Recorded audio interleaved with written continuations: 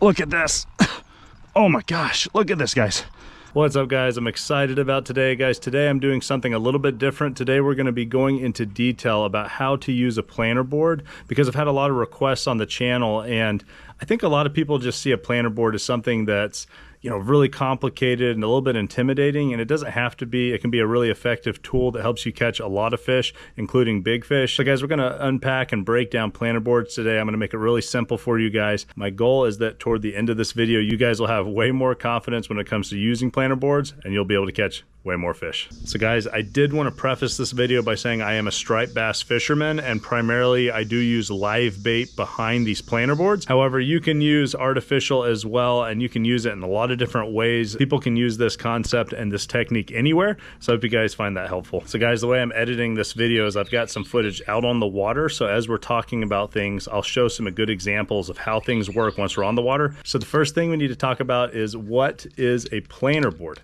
A planer board is basically a board that floats, typically has a beveled front. It also has some weights attached to it, and it's designed specifically to move forward and plane to the left or the right, depending on which type you get. Typically, when you buy a planer board, it comes in a set so that you have a left and a right planer board, and it's also written on them somewhere that there's also a left and a right. So once you get out on the water, you'll know which direction they need to be facing. So let's talk about the advantages of using a planer board versus just trolling behind the boat.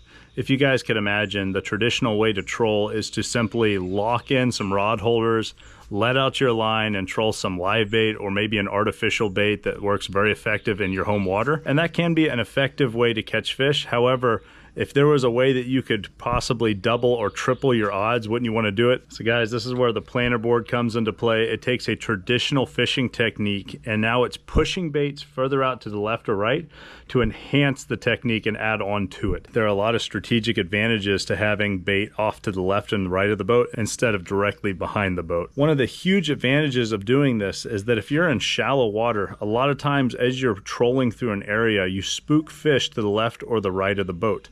Sometimes they turn off and they don't bite at all, but other times they just push off to the left or the right, and then suddenly 30 or 40 feet behind the boat that they just pushed away from, here comes the bait or the lure, and it gives them an opportunity to bite. Or perhaps they have never even seen the boat, they're just off to the left or right 30 or 40 feet, and suddenly they see something about the fear of a boat, they're way more likely to bite it. And so it's a huge advantage just tactically using planer boards. That's why I love to use them. They're now seeing bait for the first time thanks to the planer board, and they're not seeing the boat, and so they're much more likely to bite, and they're a little bit less wary. Another advantage to having a planer board is the fact that you can now put out multiple planer boards if you wanted to.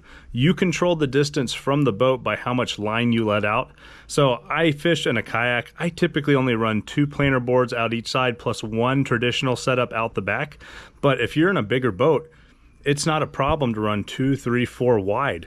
I've even seen as much as 8 wide out in the ocean. And it can be such an effective way to fish because now you have multiple baits out and you're covering a huge wide area that you couldn't normally do with a traditional setup. So let's talk about the mechanics of a planer board. I do want to preface this by saying that I use Waterbugs, which is a company that makes planer boards, and so there may be some variations, but for the most part they're all made very similar. So let's jump right into it and let's talk about the components that make up the planer board. If you're looking at this planer board, you're going to notice a few things about it. On one end, we have a corkscrew swivel, and that's how you attach your line to the planer board itself. We also have a small clamp as well that can be adjusted for the tension so that it can grip really tight, or maybe you just want light tension so that it snaps off immediately. We'll talk about why that's important here in just a minute. And you'll also notice that we've got that beveled front that helps it push to the left or right. This whole thing is designed to push out away from the boat so you have better odds of catching more fish. Now let's talk about how you attach this to your line. So guys, we're now going to attach the planer board to the line. That means that we have effectively cast out about 20 to 30 feet of line, give or take. And now it's time to attach the planer board itself. I actually have some footage from the water, so let's jump right into that. A lot of people are wondering, well, how much line do you let out? And of course that varies by depth as well as distance, what time of year. There's a lot of factors. So guys, in the summertime, I like to let out anywhere from 15 to 20 feet of line before I connect my planer board onto the line itself. And that's just the way I like to do it for the lake I fish. In the wintertime, I like to fish a little bit deeper, so sometimes I'll let out anywhere from 20 to 30 feet. I also attach a weight onto my setup as well to get it down a little bit deeper. So guys, I want to quickly interject and just talk about the depth of your bait. That completely changes depending on where the bait is in your local river or lake system. So wherever the shad is based, that's where you need to be running your bait. Typically, I like to run it just above the school. So if you have a fish finder and you locate the bait, try to get an appropriate depth so that as you're trolling behind the boat, it's right above the clouds of bait and you'll have a lot more success. So now that we have the appropriate length out, we're now going to attach our line. So the first thing we do is we're going to go ahead and grab this corkscrew swivel right here. And a lot of people just like to put a loop in their line so that they have just a little bit of a loop here. As you can see, the corkscrew swivel has a little opening, and all you're going to do is throw that in there and run that loop around until it's now inside of your line. So now it can slide up and down freely, but of course we don't need it to slide up and down, we need it to plane. So the next step is going to be your little clamp here. Now a lot of planer boards have clamps. This particular one is an adjustable clamp, so you can actually loosen or tighten the grip to this clamp right here. The goal is that you want this clamp to be able to pop loose when a fish strikes. So if I'm a fish and I hit your bait, it needs to be able to pop loose and slide down the line. So guys, when it comes to putting the line into this clamp itself, I only put it in the first third of the clamp because I do want it to pop out pretty quickly after a fish bites. If you put it too far back in there, then unfortunately, even when a fish is on, you won't be able to pop it loose, and then you'll be fighting the tension of the planer board itself with the fish, and that can be a really tricky thing. You can always reel it in and detach it manually. Sometimes that happens, but my goal is for it to pop loose and slide all the way down to my bead and swivel as soon as the fish bites. The next thing we need to talk about is where to clamp it. A lot of people might think to themselves, well, do I need to clamp up toward the rod or down toward the hook? Always make your clamp attached to the line up toward the top of the rod there. So guys, you guys can see right now, if you throw that planer board in the water, it's doing nothing more than just floating there, right? It needs forward momentum to go out to the left. Let's go ahead and let's push forward a little bit in the kayak, and as you guys will see, it's going to start to plane. And as you let out more line, it'll push further and further away from the kayak or the boat until you have a desired distance away from the boat. Now, I like it to be about 20 to 30 feet away from my kayak. So we're going to just let out about 30 feet. Perfect, right there. Now I'm going to put it into place, and as you guys will see, it's going to follow right behind the boat, but it's going to plane out, and eventually it's going to stop. But now we've got a nice distance between the boat versus the bait, and that is very, very powerful, because once you start running planer boards, whether it's just two in a kayak or maybe you're on a boat and you can run a whole bunch more. Guys, this is a very powerful concept because now I've spaced out my baits. If I had multiple planer boards, I could run the first one very wide, the second one a little bit closer to the boat, and that way you can stack and space out baits properly, and that gives you even more opportunities to catch more fish. Typically, when I'm fishing for striped bass, I like to run about 1 mile per hour. So I'm not cruising super quick here. What I want to do is give just enough speed so that that bait that's running behind that planer board is kicking around like this. I still want forward momentum, but I want just enough momentum that that bait is still able to move freely behind the planer board, and that's really where the magic happens. So guys, I did want to show you what happens once a fish bites or the actual planer board itself gets unclipped. So let's go ahead and pop it loose real quick, and I'll just show you what happens. So we're going to pop it loose, and now it's just running down the swivel, and that's going to keep running until it hits right there at the bead. So I don't know if you guys saw that, but it completely gets stopped, and you really want it to stop. You don't want it to go down to the bait itself, because once it gets down to the bait, it potentially could dislodge the fish you've just hooked. So if you guys noticed, I had a way to stop the planer board from not going all the way down to the hook itself and then running into the nose of the fish while you're trying to fight the fish. What I have is a hook, leader, and then I have a barrel swivel followed by a bead, and then potentially even some weight after that. But basically, as long as you have that barrel swivel and that bead, that's going to stop that planer board from coming down and hitting the hook and possibly even dislodging the fish from the hook. A few other thoughts, guys: if you're just getting into planer board fishing, you definitely are going to need some solid rod holders. So make sure you do a little bit of research, figure out some ways that you can attach rods onto the back of your boat or the side of your boat. A lot of people are also interested in what kind of rods do you use when you're planer board fishing. Due to the nature of trolling in general, I like to use medium rods. So I've got a Tiger rod by Ugly Stick. But the thing that's important about having a medium rod is the fact that that action gives a little bit, but then ultimately loads up really nicely. So when a fish first takes it, it gives just a little bit, and then it'll load up and pop, and that's when you get that nice hook set. And that's really important. You don't want it too stiff when you're trolling, because otherwise baits will get ripped off too easily. You want there to be a little bit of give, but not too much give. So that's why I like that medium rod. And typically I'm running about 20 to 30 pound braid, but then I have as my leader a little bit of fluorocarbon, anywhere from 15 to 20 pound fluorocarbon leader. So guys, I'm gonna do a quick overview on the water of my kayak setup from start to finish. I'm gonna go ahead while I'm out there one day fishing, I go over everything, and we're gonna go over that right now.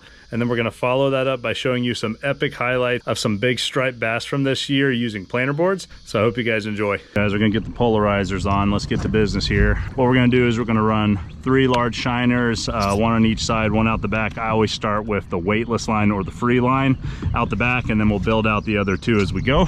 So guys, I use Gamakatsu octopus hooks, size 1. They just have a little bit of a curve to them, and the fish oftentimes will hook themselves, which is great. And on these bigger shiners, I will go through one nostril and out the other. They survive a lot longer that way, and the hookup ratio is very good. As you guys can see, as soon as he hits the water, he is all over the place. He's very active, very lively. And we're gonna pitch him back behind the boat. I like to go about 40 to 50 feet. So one long cast, or if you're lobbing it because it's live bait, let out a little bit more line, click it in place, check your drag, and he's just gonna run behind the boat as we work these other 2. And guys, as usual, I like to work with water bugs. I've been using them for years. It's a great product to space out your baits. So let's get those going. Here we go, guys. So we've just done the same thing as far as our hooks. We're gonna pitch out about 20 feet this time. So you're gonna do one light cast, and then what you're gonna do is you're gonna take this swivel here and you're gonna connect it. So guys, most people just put a loop in their line just like this. They'll find the open side of the swivel and they'll just run it through just like that. Now, a lot of people wonder then, how do you connect it? Do you connect it down or up? Always connect it so the planer board is facing up toward the tip of the rod. You're gonna have this little pincher here that is meant to release. So what I do is I barely put it in there so that if a fish bites, pop, comes right off, and then this slides down to my swivel and my bead. So all we're gonna do is pinch that in place, throw it out, and then because we're working flats in an area that tends to be a little bit more shallow and there's lots of trees, I don't necessarily run it as wide. So typically I'm letting out about 15 feet in the kayak. That's good right there. As always, check your drag. Make sure it's appropriate for big fish so they don't break you off immediately. Good.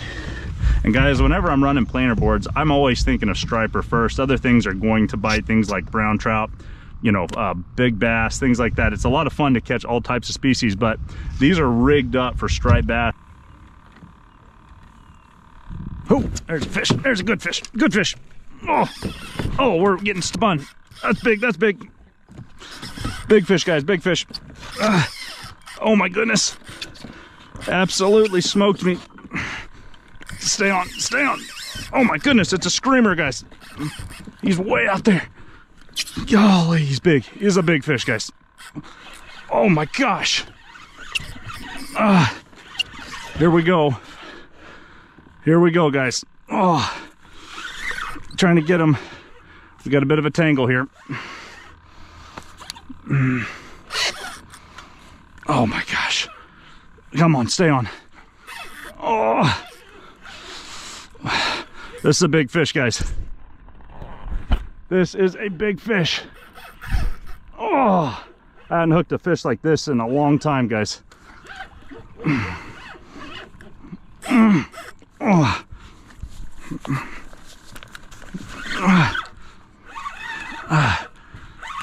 We're chasing him.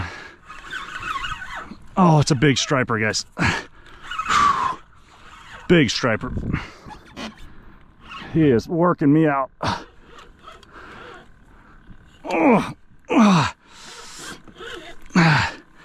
He definitely messed up and got on the wrong rod. This is the heaviest duty rod I have. Oh, he's a big one, guys. It's a much bigger striper than I've hooked in a long time. Yeah, that's a big one there, guys. That's a big one. That is a big one. That's a big fish right there. Get your head in. Yep, Only fits half of it in my net. Oh, yes. Oh my gosh, what a fish, guys. Holy cow, guys. Big fish, guys. Go ahead and get my hands on his mouth here. Oh, this is a big striper, guys. Man, he's biting down on me. Oh, check that out, guys. Big striper. Let's go. Guys, oh, he's fat too. Look how much shad he has in his belly. This thing is huge.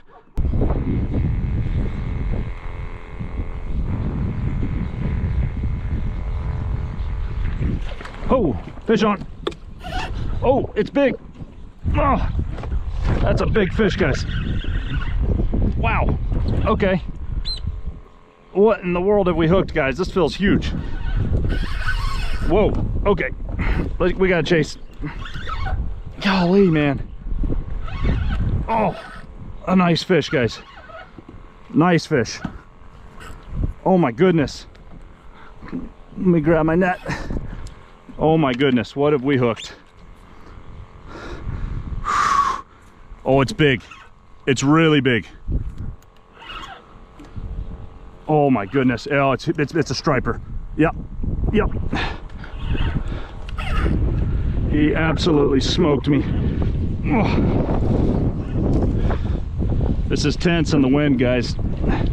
That's a monster. That is a monster fish, guys. Stay on.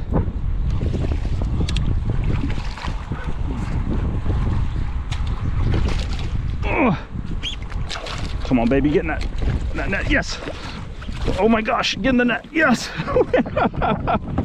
Oh my gosh. Oh, what a monster, guys. Holy cow, I'm shaking right now. Oh man, guys. Look at that fish, guys. We're using octopus hooks. Oh, here we go, fish on. That didn't take long. Fish on. It's a screamer, guys. Oh goodness, he's going right to the trees, so we got to fight him hard.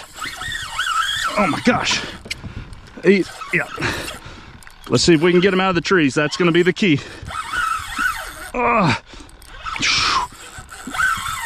Oh man, he's a big fish, guys. Get out of the trees. So guys, in the zone, there's a lot of trees. So he's going to kind of fight me where he wants at the moment. Big striper, guys.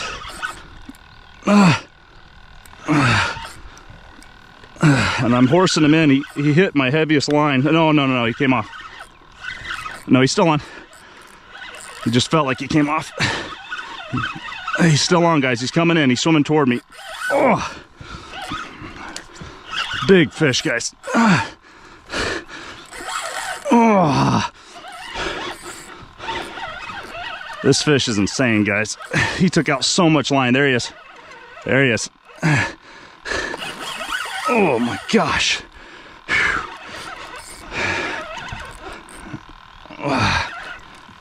Oh, nice striped bass, guys. Really nice striper. Oh, big boy this morning. Not a few minutes into our run. I kept him out of the trees, which was huge. Now we're just gonna let him wear down for just a second. He's still very feisty. He's pulling me, guys. Oh, there we go. There we go. He's a nice fish, guys. Really big fish. Oh yeah, he is, and he's still very green. He's got a lot of energy. Got him. Got him. In the net. Yes. Oh, guys, he hit like 2 minutes into this trip. Unbelievable start. Oh, nice fish, guys. Really nice fish. Right on the corner of the lip too. Let's go ahead and get that hook out, and then I'll show you guys what we've caught. Man, he ripped off a ton of line. All right, hook's out. Let me see if I can get him lipped here. Okay, look at that beauty, guys. Another awesome fish. And I've caught big sharks, one over 100 pounds on that particular reel and rod. So when a big fish hits the rod that's got that set up, I'm grateful. There we go again. Same one. Oh, fish on, guys. Oh, same rod, guys. Oh my goodness, another screamer. Stay out of the trees, come on. Let's chase it so we can get some line in. He's so green, but we're just gonna run after him. Oh. The quicker I can get this line in, the higher odds of landing him. There's so many trees out here. And he knows it too, he's going for him. Let's just chase. Get him in as quick as we can, guys. Get up here. Oh my goodness. Okay, there was a tree. Get out of that tree. This is the problem here. I can't control him.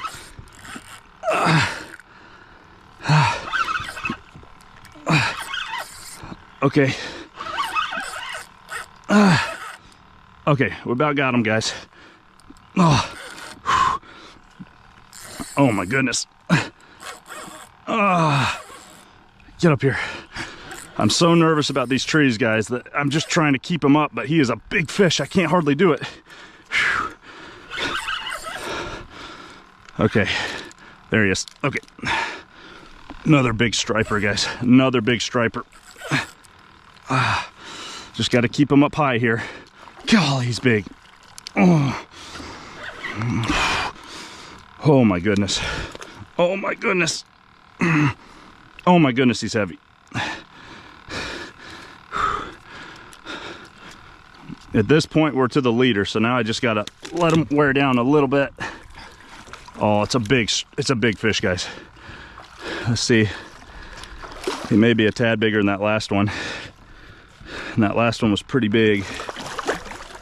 I rubbed him with the rod or the net, but I did not get his head. Oh my gosh, he's huge. He's huge, guys. Yes, he's too big for the net, guys. I gotta get his body to fold into it. Yeah. Oh my gosh. Oh my gosh. Look at this. Oh my gosh. Look at this, guys.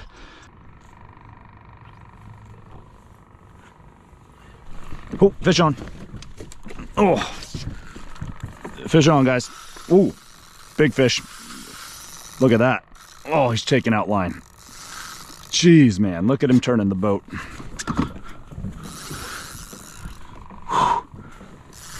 Oh, golly, man. What kind of fish have we hooked here? This is a big fish, guys. Oh, nice fish, guys. Here we go. Let's chase him down. He took out a bunch of line. Let's go ahead and chase this guy.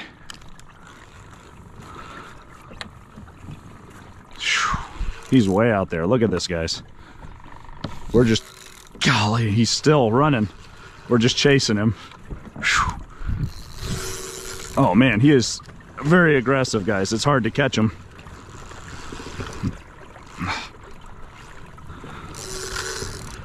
We are going very fast trying to catch up to this fish.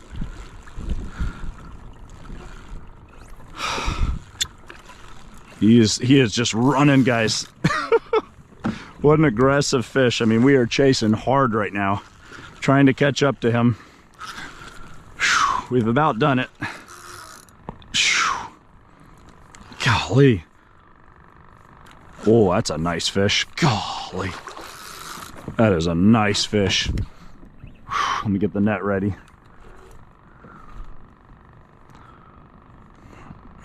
Good fish, guys. Really good fish. Oh man, the rod bend today is just incredible. We chased this fish all over the place, and it is a big fish. Really big fish. I've got this little bitty net here, and it's, I mean, I've hooked a striped bass, guys. This is a striper. Barely get him in the net. He's half out of the net right now. Oh, look at that, guys. Big striped bass on the boat. Yes, that is my favorite fish to catch out here. Check out this beast, guys. Beautiful striped bass. Oh, let me hold it up for the camera up here. We had to chase this monster down to catch him. Oh my goodness.